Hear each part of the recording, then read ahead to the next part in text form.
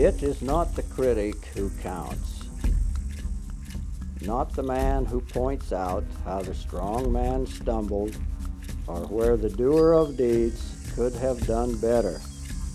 The credit belongs to the man who is actually in the arena, whose face is marred by dust and sweat and blood, who strives valiantly, who errs and comes short again and again, who knows the great enthusiasm, the great devotions, and spends himself in a worthy cause, who at best knows achievement, and who at the worst, if he fails, at least fails while daring greatly, so that his place shall never be with those cold and timid souls who know neither victory nor defeat.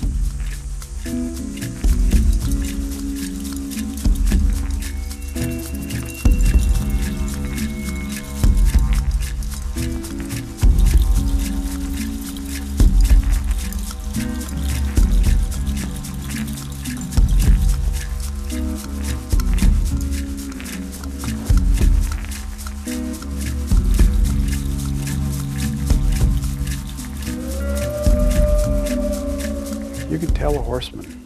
You can tell him by the way he approaches the horse. You can tell by the way he looks at the horse. You can see the comfort that he has being around the horse. You can almost feel a sense of comfort around the horseman. There's a peace that the horseman has that savvy level gets transferred to the horse. I've often been asked, where do we begin? Where does horsemanship begin? Well, the first thing that happens is our attitude changes, and our attitude is something that will lead us to, first of all, seeking the nature of the horse and where the horse comes from. We need to learn how to speak the language of the horse to enable us to communicate with him. 80% of all communication is nonverbal.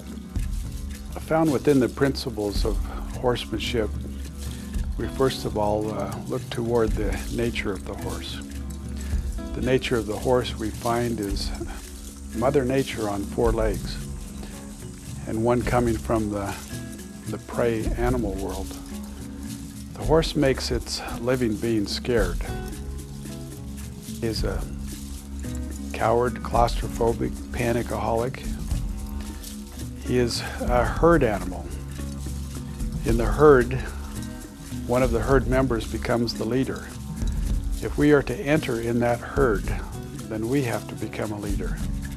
And the leader provides for the safety, comfort, and the joy or the play nature of the horse. One of the exciting things we will learn about horsemanship is that the horse has responsibilities. The first time I learned this, created some very exciting changes within myself. But man also has responsibilities, and the horse cannot fulfill his responsibilities unless man fulfills theirs.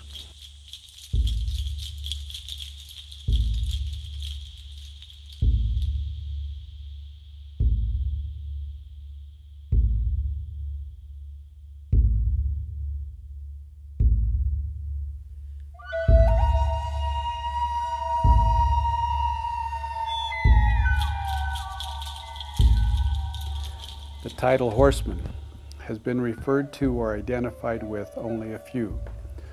When one has the privilege to associate with a horse, he is placed in a position of responsibility. The responsibility starts with providing the needs and concerns of the horse. To do this, one has to seek and understand the nature of the horse. The understanding usually begins when one's attitude is directed toward the needs and concerns of the one he serves. Behold, there are many who have the opportunity to have a horse, but few become horsemen. And why is that so? Because their hearts are set so much upon the things of this world and aspire to the honors of men, praise, recognition, and stuff, These are they that their egos blind their concern to the point that they serve only self, and that they do not learn this one lesson, that the rights of leadership or partnership with a horse are inseparably connected with the powers of heaven, and the powers of heaven cannot be controlled nor handled only upon the principles of righteousness. That we may have the opportunity to have a horse, it is true, but when we undertake to cover our ignorance, or to gratify our pride, our vain ambition, or to exercise control or dominion or compulsion upon a horse in any degree of unrighteousness, behold, the heavens withdraw themselves. The Spirit of the Lord is grieved, and when it is withdrawn, the leadership, relationship, and partnership is gone.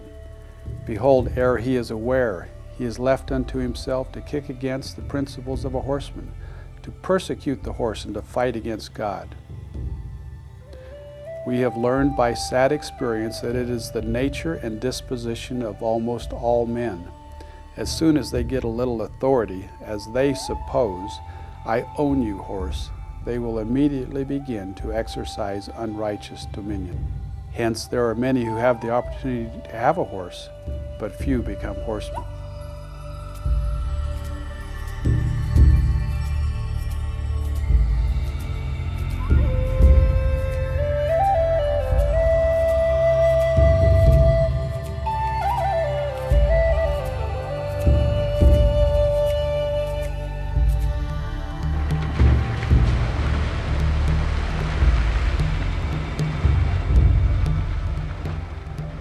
No power or influence can or ought to be maintained by virtue of owning a horse. Only by persuasion, by long-suffering, by gentleness and meekness, and by love unfeigned, by kindness and pure knowledge, following true principles of horsemanship, providing the needs of the horse, that of safety, comfort, and joy, mental stimulus.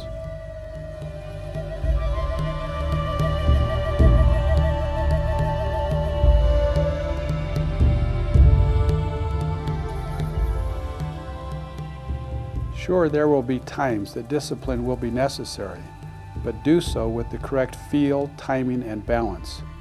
The attitude of justice is effective. When reproving your horse, your timing has to be right, doing as little as possible to whatever it takes, and never have the attitude of mean or angry. If you lose your temper, you lose the horse.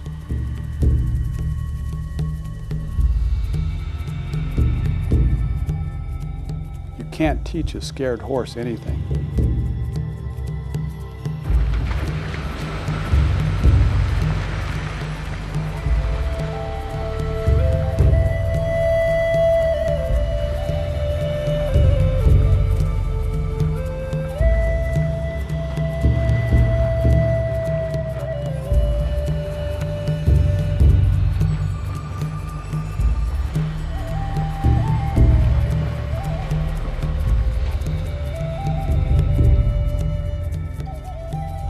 After you have reproved your horse, show forth an increase of love, lest he esteem thee to be his enemy.